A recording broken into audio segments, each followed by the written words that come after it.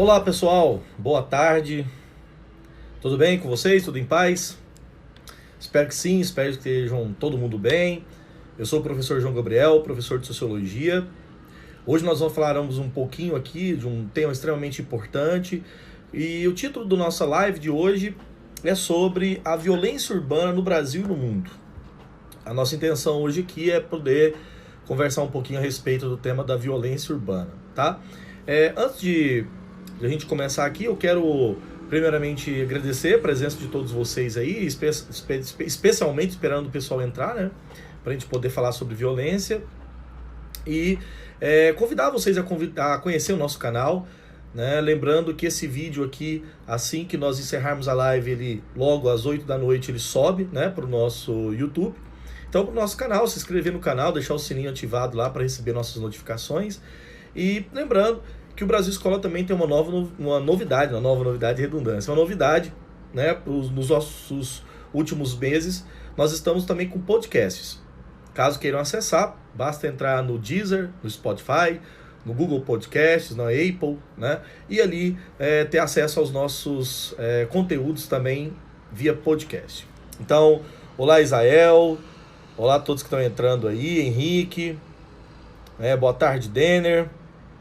Vamos lá, hoje a nossa intenção, como eu estava falando, é versar um pouquinho a respeito sobre violência. Eu quero dividir primeiramente a nossa fala aqui em alguns momentos. Eu gostaria primeiramente de ressaltar que o tema da violência é um tema extremamente importante, né? É um tema que dentro da sociologia atualmente tem uma centralidade enorme, né? Esse tema é um tema, eu diria, muito quente, porque ele é muito amplo, né? Falar de violência é falar de um fenômeno muito amplo. Então, a minha intenção aqui nesta live, olá Yasmin, é falar um pouquinho a respeito, né, da temática da violência, mas num aspecto mais específico, que é a questão urbana, né? Então nós vamos tentar aqui durante a aula utilizar algumas referências, né, trabalhar alguns pontos importantes e ao mesmo tempo aí levantar algumas hipóteses, né, algumas questões relativas a essa questão. Bem, então para começar, eu vou começar mais ou menos assim. O problema da violência é um problema persistente, né, no Brasil, direto e indiretamente para toda a população. A temática da violência ela envolve direta e indiretamente todo mundo, né, que está vivendo no ambiente urbano. No entanto, como todo problema social, a violência ela envolve outras questões. Determinados grupos sofrem, né, muito mais com a violência, tanto vítima quanto produtor da violência, estão muito mais diretamente ligados ao fenômeno. Eu, particularmente, gosto de trabalhar a violência enquanto um fenômeno que eu particularmente considero um ato humano, né? E aí, então eu vou tentar dar uma definição mais ampla, sociologicamente ampla aqui de violência, que é, primeiro, que é um ato humano, né? Porque é um ato intencional. Então a violência ela é entendida como um ato racionalmente construído pelos seres humanos, perfeito? Que causa algum tipo de dano. Esse tipo de dano ele pode ser um dano físico, ele pode ser um dano intelectual, ele pode ser um dano moral. Então é muito variável, né, a possibilidade das consequências da violência, e é um ato que exerce um tipo de ação assimétrico, né? Então as ações de violência elas convocam numa assimetria, numa desigualdade, né, de relação, de conflito. No entanto, nós não devemos aqui considerar, ou pelo menos confundir, né, violência necessariamente com dominação. Nem toda forma de violência termina, né, numa forma de dominação. Até porque resistência também é entendido como uma forma de violência, não é? Então, vamos tentar de um jeito mais amplo possível entender o fenômeno da violência, sim, como um ato humano, um ato intencional, esse ato intencional que causa algum tipo de consequência ou dano aos indivíduos envolvidos e exerce um tipo de força ou ação excessiva na sua relação. A Organização Mundial de Saúde, do próprio site deles, tem uma definição de violência que eu gostaria de apresentá-lo aqui, depois a gente poder ir aplicando isso em algumas estatísticas, né, mais para o final da nossa aula. A OMS diz assim, ó, a violência é o uso intencional da força física ou do poder, né, ou seja, não está necessariamente ligado à atividade física, necessariamente, em real ou em ameaça, contra si próprio, contra outra pessoa ou contra um grupo ou uma comunidade, que resulte ou tenha a possibilidade de resultar em uma lesão, morte, dano psicológico, deficiência de desenvolvimento ou privação. Essa cartilha, né, essa definição saiu numa cartilha do Relatório Mundial sobre a Violência da OMS de 2002. E curiosamente é uma definição bem ampla que dá pra gente pensar, né? Primeiro, uso intencional da força física ou do poder. Então a violência não é entendida meramente como uma questão física. Eu até faço questão de lembrar aqui e citar um autor, né, um sociólogo clássico do século XX, um autor bastante conhecido, Pierre Bourdieu, que utilizou a expressão violência simbólica, né?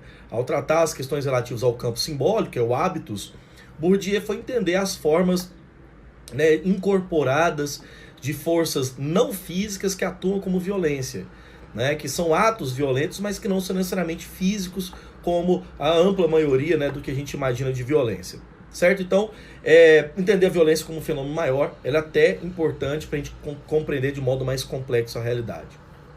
O segundo ponto, que também é fundamental no que trata a violência, é entender que é uma violência contra si próprio, né? Existe a violência tratada contra si próprio de várias maneiras, até de mutilação, automutilação, até os atos como suicídio, que também são entendidos como violência, né? O suicídio também é tratado pela OMS como uma forma de violência, né? E inclusive uma violência extremamente, como posso dizer, crescente, né? Nos últimos anos. Nas últimas décadas, aliás. Essa forma de violência, ela pode ser contra si próprio, como eu estava dizendo, um indivíduo ou uma comunidade, né? Então também é possível falar de violência a graus de comunidade, ou seja, um coletivo de pessoas, e aí a gente tem inúmeros exemplos ao longo da história, né?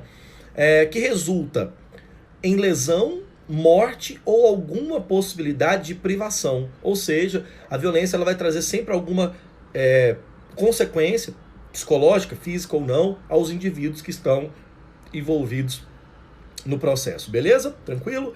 É uma definição ampla que eu vou utilizar aqui agora para a gente pegar algumas características fundamentais de atos de violência.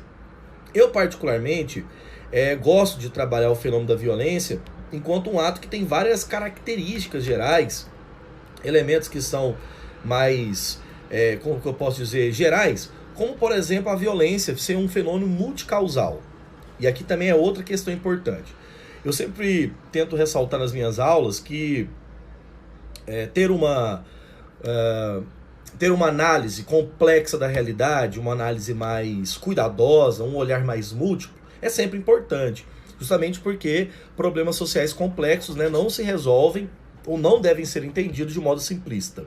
Então, pensar a violência como um fenômeno multicausal. Ou seja, a violência ela tem muitas causas, ela tem muitos motivos, ela tem várias origens. Sempre bom pensar disso, né? Por ser assimétrica, é uma relação que tem essa multiplicidade de origens e funções. Ela é pluridimensional porque dá para fazer uma análise da violência sobre várias visões e várias perspectivas. Ou seja, é bem possível fazer uma análise da violência num sentido mais econômico, num sentido mais cultural, num sentido mais simbólico, compreender as partes envolvidas, né, como fenômenos complexos, e assim entender a violência também, como terceiro lugar, um fenômeno multifacetado.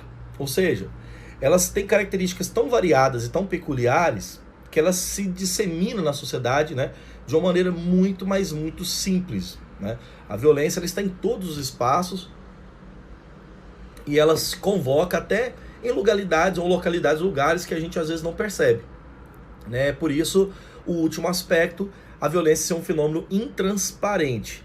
Intransparente no sentido de que ela pode passar-se despercebida ou, como o próprio Bourdieu falava, naturalizado. Ou seja, a gente pode incorporar um discurso violento, não é? Uma realidade, uma prática violenta e assim não percebê-la. Então, 4 elementos, né, de um fenômeno da violência. Primeiro, multicausal, ok? Pluridimensional, multifacetado e intransparente, certo? Então, 4 elementos fundamentais que envolvem, né, o fenômeno da violência. Lembrando, até aproveito aqui, que o nosso bate-papo aqui está aberto, tá? Então, caso queiram mandar questões ou observações aí para nós, fiquem à vontade para a gente poder falar um pouquinho aí desse fenômeno da violência e poder respondê-los, ok? Beleza? Bom, tirando essa parte então de definição, as 4 características fundamentais, eu tentei trazer aqui uma tipologia, uma espécie de classificação mais ampla possível que envolve a violência. Então, para a gente pensar violência urbana dentro dessa perspectiva de 4 tipos diferentes. A primeira delas, a violência criminal. Eu acho que é essa que mais está em voga, pelo menos que está mais em discussão, a que mais ouvimos falar, ou que mais nos temos diretamente estamos interligados nela. Denner, intransparente no sentido de que a violência é um fenômeno que ele pode passar-se desapercebido, naturalizado, certo? No sentido de que o fenômeno violento ele pode ocorrer de determinadas maneiras que nós não percebemos como uma forma de violência, tá? Por isso intransparente. Primeira questão, a violência criminal é aquelas formas de violência que envolvem e contrariam aquelas normas legais. Então são tipologias como crime, contravenções penais, alguma coisa relacionada a esse aspecto, ok? A violência criminal, no caso do Brasil, é extremamente alta. No finalzinho da nossa live, ali por volta das 15h25, certo? Eu vou utilizar também com vocês aqui uma espécie de, como é que eu posso falar? Estatística do Atlas da Violência, né? Pra gente poder associá-los aqui, tá bom? Segundo ponto, violência política ou das instituições públicas. São ações que colocam o próprio Estado nas condições de ser o praticante, né, da violência. Isso pode ocorrer em qualquer regime político. Não é apenas em sociedades ditatoriais que o Estado se coloca como uma força de violência. Inclusive, quando o Estado ocorre processo então de repressão ao movimento social, é uma forma de violência. Se está dentro da lei ou não, é outra questão, mas não deixa de ser, beleza? Uma forma de violência. Sim, Israel, inclusive no final da aula, quando falar um pouco sobre justiciamento, né, eu utilizarei um pouco da Hannah Arendt aqui na nossa aula, tá? Ela faz parte, inclusive, da minha análise aqui no final. Ok, Israel? Violência social ou econômica, um terceiro tipo, são as formas de violência que ocorrem devido à estrutura fragmentada, né, e uma realidade completamente baseada na desigualdade como nós temos. O Brasil, inclusive, é um dos países do mundo com o maior nível de estratificação social, que separa os indivíduos, né, que mais têm dos que menos têm, num fosso, num distanciamento enorme. Então é justamente nesse aspecto que violência social e econômica ela está ligada. E aí eu preciso aqui de uma atenção de todos. Quando se fala de violência social e econômica, nós podemos falar também de que ela pode sair desse cenário de violência social e econômica e condicionar, não é determinar, mas condicionar novas formas de violência, principalmente a violência criminal.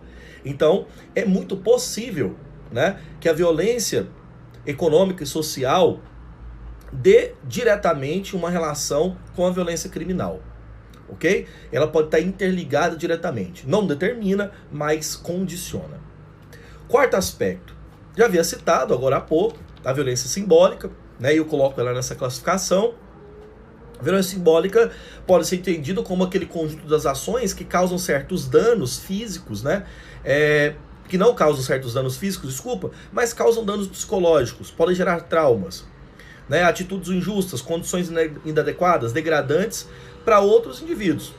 Ou seja, viola diretamente, né, a integridade dos indivíduos em questão, que não precisa ser necessariamente físico, né? Um ato, por exemplo, de um racismo, por exemplo, pode ser entendido como um ato de violência simbólica no momento em que ele ainda não entrou num cenário físico, não é? Mas ele pode causar processo de segregação espacial físico e aí isso ter danos irreparáveis. Macroviolência são as violências no sentido de guerra e terrorismo. Alguns especialistas colocam que o nível de violência no Brasil, principalmente nível de assassinatos, né, que está vinculado a homicídios, teriam números de guerra. Por isso estariam associados, para além de uma violência criminal, para atos de macroviolência. Atos, então, relacionados a um tipo de violência macro, grande, né, espacialmente enorme. Tá bem? E por fim, o último tipo que eu gostaria de elencar aqui contigo, com vocês, aliás, é a violência autoinfligida. Violência esta que pode ser considerada ou pensada através de violência ao próprio indivíduo, ao próprio corpo, subjetiva, que pode inclusive ser dividida, essa auto-infligida, no comportamento suicida ou na agressão auto-infligida. A violência, por exemplo, suicida, né, de comportamento suicida, pode estar até no ato tentado, o ato tentado do suicídio como o ato feito, né? E, no outro lado, a agressão auto-infligida com outra forma de violência.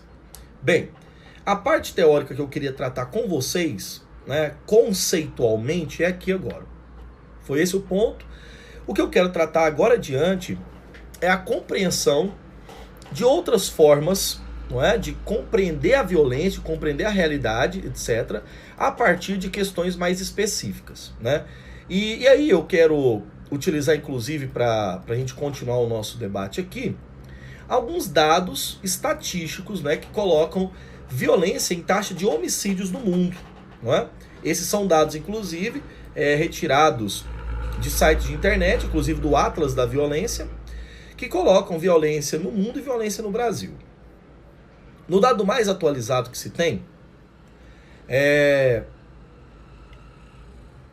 eu vou pegar aqui a cidade de Los Cabos, no México, entendida como a cidade com o número de homicídios mais alto do mundo, certo? O número de homicídios mais alto no mundo. No dado que eu tenho, que é de 2016, o último desse dado internacional, a cidade de Los Cabos, no México, ela tem em média 111,33 homicídios para cada 100 mil habitantes. Esse nível, essa taxa, né, de homicídios, ela é enorme. Para vocês terem noção, como primeiro lugar, a Venezuela, né, Caracas em segundo lugar, carrega uma taxa, por exemplo, de cerca de 111,19 homicídios a cada 100 mil habitantes, para cada 100 mil habitantes. Esse número é um número tão grande porque ele está associado a uma quantidade estatística que coloca essas cidades como cidades perigosíssimas de se viver. Para vocês pegar um nível meramente de assustador, a cidade de Natal, no Brasil, estaria, né, nesse ranking de 2016 como a quarta cidade mais violenta do mundo. Nos casos mais atualizados, pegando estatísticas do Brasil, nós temos um pouco mais agora de situação alarmante. O Atlas da Violência é um dado, né, retirado do IPEA, né, o Instituto de Pesquisa e Economia Aplicada. O IPEA faz essa pesquisa no Brasil há muito tempo, né, desde 2017, inclusive há 3 anos, quando fala muito tempo, há 3 anos, e vem colocando alguns números que são insuperáveis. A realidade no Brasil para esse caso de homicídio é assustador. Por exemplo, qual que é a cidade mais violenta do Brasil, de acordo com o ranking, né, tirado aí do IPEA, desse Atlas da Violência? Altamira, no Pará, beleza? Seria a cidade que superou a cidade de Natal, no Rio Grande do Norte. Curiosamente, essa taxa, ela mede a partir do ano de 2017, né, um conjunto, por exemplo, de números de populações aproximadamente pequena. Altamira, no Pará, comparado, por exemplo, com uma Rio de Janeiro, muito pequena, não é? Mas o número de homicídios nessa taxa são muito maiores.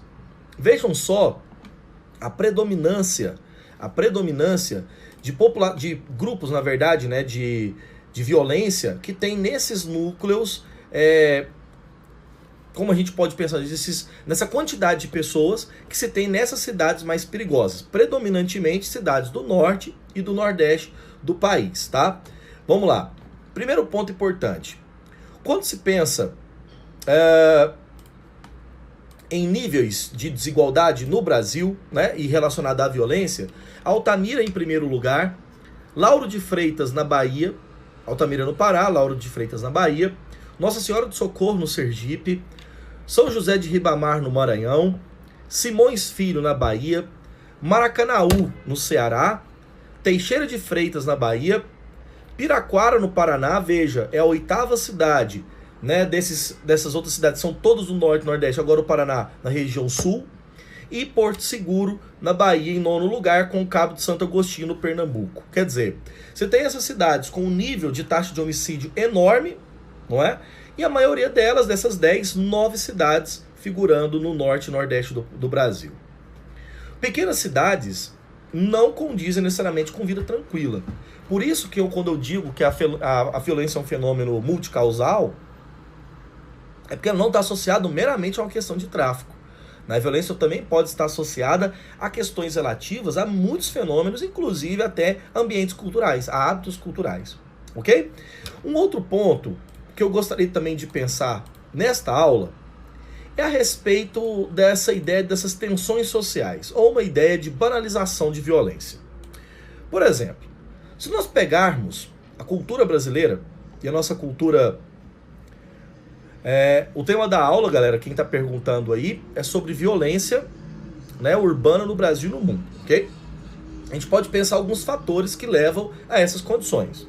Eu acho que um primeiro fator, né, a ser considerado sobre a violência é o aumento das tensões sociais, que está relacionado, por exemplo, a essa ideia de aumento de insegurança pública. Mesmo que o Estado aumente seu poder punitivo, né, contra a onda de violência, os problemas seriam resolvidos? Essa é uma questão. Um sociólogo norte-americano chamado Louis Wacquan, ele estabeleceu um estudo, né, ele estabeleceu uma pesquisa, né, na América do Sul, para falar um pouquinho sobre o crescimento das populações carcerárias e os processos de punição do Estado. Ele tem que ter uma expressão que ele utiliza chamada Estado penal. Para ele, a partir dos anos 70, o estado de bem-estar social, o estado que garantia determinadas questões relativas a trabalho, emprego, lazer, etc., né? Um estado de modelo keynesiano, passa por um processo de remodelação, de reestruturação, e nos anos 70 para 80 se transforma nesse modelo neoliberal, que hoje a gente tem acesso a um estado penal. Esse estado penal seria a característica específica do estado neoliberal. Para ele, a diminuição dos gastos públicos e todo o processo de privatização, de desmonte, né, do estado de bem-estar social, não garante estado mínimo. Garante estado não regulador na economia, mas garante um estado de características totalitárias em questões sociais. E isso levaria a cabo o processo de criminalização da pobreza. E de fato, se nós pegarmos números de investimento do Estado em questões de repressão, em investimento do Estado em questões relativas a armamento, etc., é muito maior do que em outras épocas. E não está equilibrado em quantidade e quantidade, ou seja, o nível de investimento é muito maior do que em outras épocas. O que Louis Wacquan vai chegar à conclusão? Né? De que os métodos utilizados pelo Estado penal, ele atinge determinados núcleos sociais, principalmente por conta da famigerada, então já superada, escorraçada, né, e falida guerra às drogas, né, acreditando que mais repressão às drogas vai resolver o problema da criminalidade. O que ocorre no mundo é uma penalização da pobreza, repressão, né, nesses bairros e regiões periféricas do sul global, e ao mesmo tempo uma estrutura de crescimento desordenado do sistema carcerário. Quer dizer, um processo de criminalização e extensão do Estado na penalização não resolve os problemas. O que nós temos no Brasil, por exemplo, é uma taxa de crescimento carcerário assustador. Esse ano nós já beiramos o nível de 800 mil pessoas presas, enquanto há exatos 30 anos, a população carcerária brasileira não passava de 90 mil. E hoje nós temos esse ritmo de crescimento. Quer dizer, 800% de crescimento. A população brasileira cresceu 800%? Não, não mesmo. O nível de crescimento foi muito maior. Então tem uma onda de criminalidade e tem ao mesmo tempo um desequilíbrio estatal nessas medidas de punição à pobreza, que é típico dos modelos neoliberais. Um outro ponto fundamental que nós temos nessa análise aqui é em relação às execuções extrajudiciais, né, que nós temos, por exemplo, no Brasil. E aí isso é um fenômeno urbano, tipicamente urbano, não deriva das relações urbanas necessariamente, que é o caso de justiçamentos. Nós temos no Brasil, por exemplo, comparado a outros lugares do mundo, um índice de linchamento, né, que é o que a gente chama de justiceiros por aí, né, com atitudes de vingança muito grande. E isso convoca-se ao aumento da criminalidade justamente porque é um crime, né? O Código Penal, né, penaliza como crime cometer ou fazer justiça com as próprias mãos, nessa expressão mais popular. É tão interessante que nos submundos, né, da moralidade dominante, ainda existe essas práticas de acreditar que quando se retira da mão do Estado e coloca na mão da população civil, essa justiça vai ser feita. De onde vem essas ideias? Putz, de muitos lugares. Sem dúvida, de muitos lugares. A ideia de que o Estado é ineficiente vem da própria prática do Estado. Morosidade do judiciário, né? Formas não punitivas, etc. No segundo lugar, uma cultura violenta. Temos uma cultura que acredita que problemas sociais sejam resolvidos com violência. Terceiro, além de ter um mau funcionamento mesmo das instituições estatais, e aí problemas de estrutura e tal. Segundo lugar, você ter uma atitude, né, de uma cultura violenta, leva em consideração pensar que nós ganhamos legitimidade. Legitimidade é aceitação desse tipo de prática. Em muitos casos, a figura de quem, por exemplo, organiza um ato de linchamento, geralmente não é punido. Então, o indivíduo que comete essa nova forma de violência, geralmente, ele ganha respaldo tanto da sociedade quanto das instituições. E isso garante, né, que esse fenômeno venha a ocorrer de determinadas vezes. Esse processo de banalização, de naturalização dos atos violentos, né, da vida cotidiana, nos leva a produzir, por exemplo, uma realidade completamente naturalizadora. Porque se banaliza, se acredita que é normal, isso sempre existiu, isso sempre vai ocorrer, não é? Eu lembro aqui, vou fazer um relato um pouco pesado, mas aconteceu, por exemplo, no Brasil, no Rio de Janeiro especificamente, né, e depois na Baixada Santista, 2 atos de linchamento, um que não levou à morte, outro que sim, né, de 2 pessoas. De um garoto negro que, em certa ocasião, estava furtando ali na região da Zona Sul do Rio de Janeiro. Ele foi amarrado, né, não sei se vocês se lembram dessa história, ele foi amarrado, pescoço e cabeça por uma tranca de bicicleta. Quando a polícia chegou, né, ele já estava com parte da orelha decepada. Alguns populares ali, né, batiam nele, mesmo assim ainda seguro pela polícia, amarrado ainda. Então isso já deixou de ser legítima defesa para virar tortura, de fato. Eu não estou falando aqui que né, para evitar comentário, então leva para casa, tá com pena, esse tipo de comentário não dá nem para debater, mas é para falar, por exemplo, de que aconteceu ter mais uma forma de crime. E nenhuma dessas pessoas que torturaram, por exemplo, né, a certa medida, foram punidas. Em segundo lugar, esse é um pouco mais pesado. Em segundo lugar, aconteceu na Baixada Santista, uma mulher, né, teve um retrato falado, desenhado, né, aí na internet, na época no Facebook, Guarujá Alerta, na página, eu me lembro disso, que ela estaria fazendo magia negra, raptando crianças, envolvida nessas coisas. E aí, naquela condição, um grupo de populares a pegou, né, em rua, e começou um processo de perseguição. Não era a mulher, era só um retrato falado que parecia com ela. E, curiosamente, características negras, né? Ou seja, mais uma carapaça do nosso racismo estrutural. E naquela condição, foi espancada, aquele conjunto ali de pessoas populares, né? Espancaram ela, mais de 30 pessoas. Ela foi levada ao hospital, passou alguns dias, ela teve morte cerebral devido à quantidade de espancamento. A Polícia Civil, logo tempo depois, concluiu o inquérito, dizendo que não existia nenhuma criança desaparecida na região e que aquele retrato falado era falso, né? Foi apenas um ato criado. Ou seja, a violência do justiçamento, ela inverte uma lógica muito clara, né? Muito óbvia, mas muito banal das atitudes violentas. Qual é? Será que ela tem uma lógica racional? Não tem. Não tem lógica racional porque ela era permeada pela vingança. Segundo, ela antecede um elemento básico do direito moderno. Só a punição depois de prova. Tem prova? Tem punição. Aqui não, aqui inverte uma lógica. Antes de qualquer prova, há uma punição. O ato punitivo, ele se inverte em relação à quantidade de provas levantadas. Por isso, irracional, ilógico, completamente contra qualquer norma, né, de um direito moderno mais racionalizado.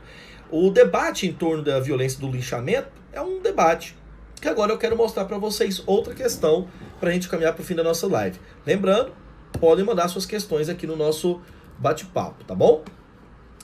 Eu trouxe aqui o Atlas da Violência do ano de 2019, né, para que a gente possa dar uma olhada nele. Só um minutinho aqui para organizar. Deixa eu ver aqui se vai dar certo. Eu vou virar a minha tela aqui, tá? Aqui. Só não reparem na sujeira do meu computador. No Atlas da Violência de 2019, coloca-se o seguinte no Brasil, né? Ele soltou esse Atlas, ele é um Atlas bianual, porque então ele demora bastante tempo, né? Olha só o que aconteceu no Brasil. 65.602 homicídios somente no ano de 17. Uma taxa de 31,6%, né, por 100 mil habitantes, sendo o maior número da história do Brasil. Ou seja, de toda a nossa história, nós tivemos então um nível de crescimento, né, dessa taxa de homicídios enorme. Em relação à juventude, 35.783 jovens assassinados no ano de 2017 no Brasil. Uma taxa de 69,9 por 100 mil jovens. Ou seja, a taxa de homicídios de população jovem, ela é praticamente... praticamente não, ela é mais do que o dobro, né, do que a taxa da população geral. Onde são os lugares mais violentos, os piores cenários no Brasil? Rio Grande do Norte, nós tínhamos falado já da cidade de Natal, com 152,3 pessoas, né, a cada 100 mil habitantes. Ceará, 140, 133 no Pernambuco, Alagoas, o Acre e o Sergipe. Quer dizer, a maioria dos estados do Nordeste, não é? Com exceção ali da Paraíba, estão entre essas 6, na verdade, principais cidades, com exceção aí do Acre, né, da região norte do Brasil. Veja que o ato da violência armada também é outro problema grave. Vejamos aqui. Na violência urbana, nós temos uma taxa de 72,4% dos homicídios em 2017 cometidos por armas de fogo. Então, a imensa maioria por violência armada. A ideia de que a gente, por exemplo, tem uma sociedade desarmada, isso é uma balela. Nós temos sociedade armada sim, mas comparado com outras épocas antes do Estatuto do Desarmamento, né, tem-se números diferentes.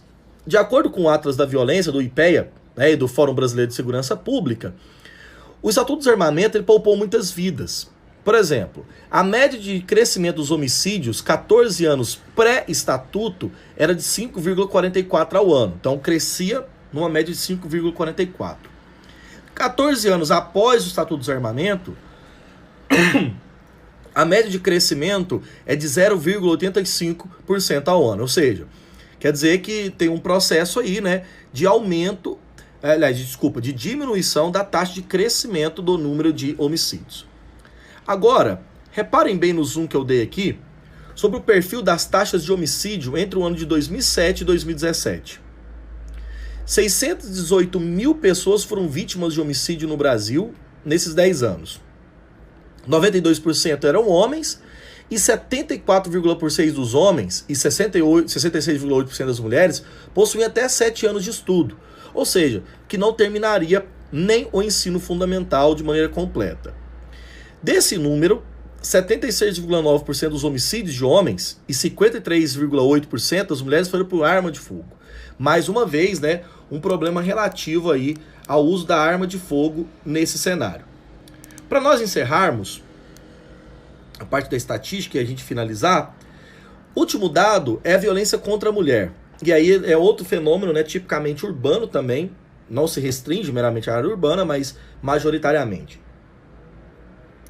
As maiores taxas, né, de nível de crescimento de pena ou de violência contra as mulheres assassinadas no Brasil, chegando ao número de quase 5 mil mulheres em 2017, né, o maior número em 10 anos, de todos os números de 10 anos, é em Roraima, no Rio Grande do Norte, no Acre e no Ceará, onde as taxas, né, vinculam mais de 10,6%, por exemplo, aí de mulheres assassinadas a cada 100 mil pessoas. 10,6 mulheres a cada 100 mil pessoas.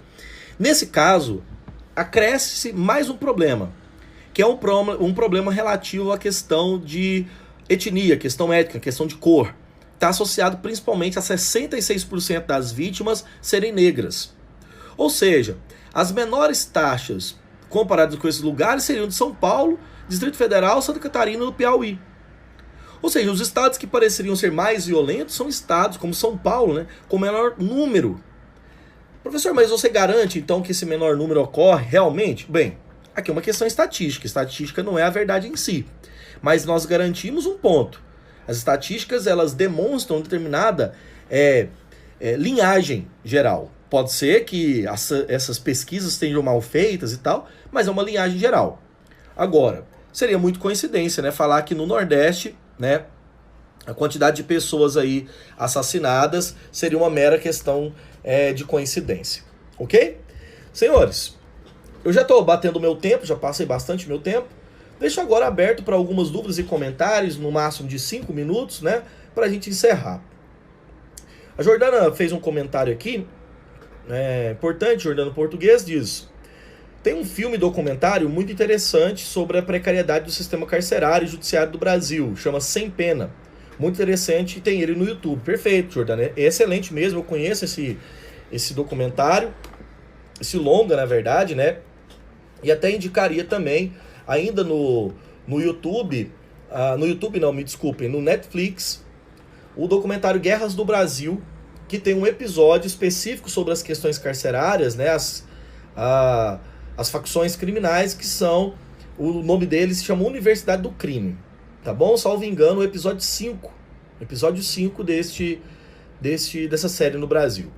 Tinha me perguntado sobre a Hannah Arendt no começo aqui, né? No livro dela, Eichmann em Jerusalém, né, um debate sobre a banalidade do mal,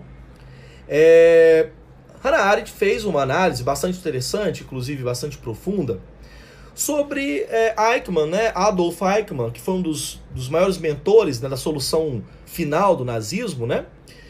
E ele foi preso na Argentina, aqui na América do Sul, depois do nazismo, nos anos 60, tinha fugido e tal, e foi levado ao tribunal de Israel, um tribunal em Jerusalém, e ali ele passou, né, por todo um processo ali de fala dele, né, descrevendo o que ele tinha feito naquela ocasião. Em certa circunstância, na análise de Hannah Arendt, né, sobre a sua fala, ela foi demonstrar o quanto frio teria sido, né, o que ele falava e descrevia dos atos com os povos judaicos. Nessa tentativa de demonstrar essa análise, né, Hannah Arendt mostra o seguinte: quanto que um cidadão comum, um cidadão qualquer de trabalho, um cidadão que tem família, comum, etc., pode se transformar ou pode realizar um ato completamente bárbaro. Bárbaro no sentido mais violento possível. O que ela utiliza, né, é uma forma de análise baseado na ideia de banalidade. O mal se torna, a violência se torna um ato tão evidente que aquilo é incorporado no discurso. E a frieza de Eichmann, ao descrever os acontecimentos, é o que deixa ela perspicaz nessa análise por dizer o seguinte: ora, ele diz, eu estava apenas cumprindo ordem. Eu era um funcionário público, um funcionário padrão, e como posso dizer, ao executar um ato, eu estou meramente seguindo ordens do Estado, dos meus superiores. Eu não sou mau. Mal são eles que ordenaram. A frieza, né, a racionalidade do fato é o que demonstra essa banalidade do mal, que se torna, por exemplo, algo extremamente banal, naturalizado, comum e corriqueiro. Ok? A violência pública faz parte do monopólio da força do Estado? Então, o Weber, né, no livro Economia e Sociedade, numa obra bem famosa dele, tentou demonstrar esse processo de monopólio, né? O Estado reivindica, né? O Estado ele tem legalmente esse monopólio. Os indivíduos, por exemplo, quando cometem atos violentos ou em nome do Estado, deve ser punido porque isso é um crime. Mas o Estado, ele detém a busca do monopólio, ele detém legalmente. Mas não é necessariamente só o Estado que realiza atos de violência. Mas a violência pública, sim, essa sim seria, né, uma característica desse monopólio legítimo da força e ou da violência que o Estado tem. Olha que interessante, eu não digo que é justo, né? Não estou falando de justiça, eu estou falando que é legalmente aceito. Ou seja, é constitucionalmente tratado, né, como regra do Estado, ou seja, direito do Estado. Compreende? Beleza? É um dado curioso. O Serviço Nacional de Inteligência no Brasil, por exemplo, já passou por atos muito mais violentos, ou seja, a democracia, através das suas instituições, já matou muito mais do que no período da ditadura militar no Brasil. Ou seja, falar que a democracia é uma forma necessariamente perfeita de justiça? Isso não é possível, porque o Estado democrático também ele faz atos de violência. Um bom documentário também, esse não está disponível nessas plataformas, né? Eu particularmente só vejo ele no Globoplay, caso tenha interesse, é o documentário A Queima-Roupa. Ele narra da chacina da Candelária em 93 no Rio de Janeiro, né? Aliás, da chacina do Vigário Geral no Rio de Janeiro, até o ano de 2003, apenas mortes feitas pela Polícia Militar e por instituições do Estado. E aí são os próprios policiais narrando, por exemplo, um documentário interessante para pensar a estrutura da violência pública também, ok? Vitória Caroline, a violência social tende a crescer por conta da globalização? Sim. Uma das características mais perversas da globalização é o aumento da desigualdade social, né? O aumento dessa desigualdade estrutural em vários âmbitos, característica específica aí tirada dessas tipologias, né? Desses crescimentos de globalização, de intercomunicação no mundo, de consenso de Washington, sim. Sim, justamente, Vitória, a partir dos anos 80 e 90 no Brasil que teve esses grandes surtos de morte. Agora, há uma coisa que em perspectiva também interessante, que é a seguinte. No estado de São Paulo, no final dos anos 90, com o crescimento do PCC, né, a organização criminosa do estado de São Paulo, aconteceu um controle das taxas de homicídio comparado aos anos 2000. Ou seja, os anos 2000 teve uma diminuição com o crescimento do PCC em todo o estado de São Paulo em relação aos anos 90. Por quê? O PCC ele vai criar uma espécie de, abre aspas, normatização interna do crime vinculada ao tráfico de drogas, não permitindo simplesmente a morte descontrolada, mas o mais tráfico. Por exemplo, o sujeito encontra uma determinada dívida com a facção, ele não vai pagar, né? Ele não vai pagar com a morte. Ele não vai pagar com a vida ali, morrendo e tal, mas ele vai pagar o quê? Com mais tráfico, trabalhando pro tráfico. O aliciamento do tráfico gera, olha que interessante, né? Um processo de controle das taxas de morte e homicídio que você tinha, principalmente latrocínio também no estado de São Paulo, comparado anos 90 com os anos 2000. Beleza? Tranquilo? Galera, meu tempo se esgotou, já passamos mais de 40 minutos aqui de live, tá? Eu agradeço muito a presença de todos vocês aí. Peço que ajude a compartilhar o Brasil Escola. Nós temos podcasts também agora, tá? No Deezer, no Spotify, tem muita questão lá. Eu fiz um podcast sobre futebol em tempos de pandemia. Caso tenha interesse lá, de uma atualidade e tal, quiser dar uma olhada, tá bom? O nosso canal. E esse vídeo vai subir pro YouTube. Às 8 da noite ele é publicado lá para todo mundo que quiser rever aqui, tá bom? Vai ficar salvo aqui também no nosso IGTV. Eu agradeço a todos, um grande abraço aí e até mais. Obrigado. Tchau, tchau.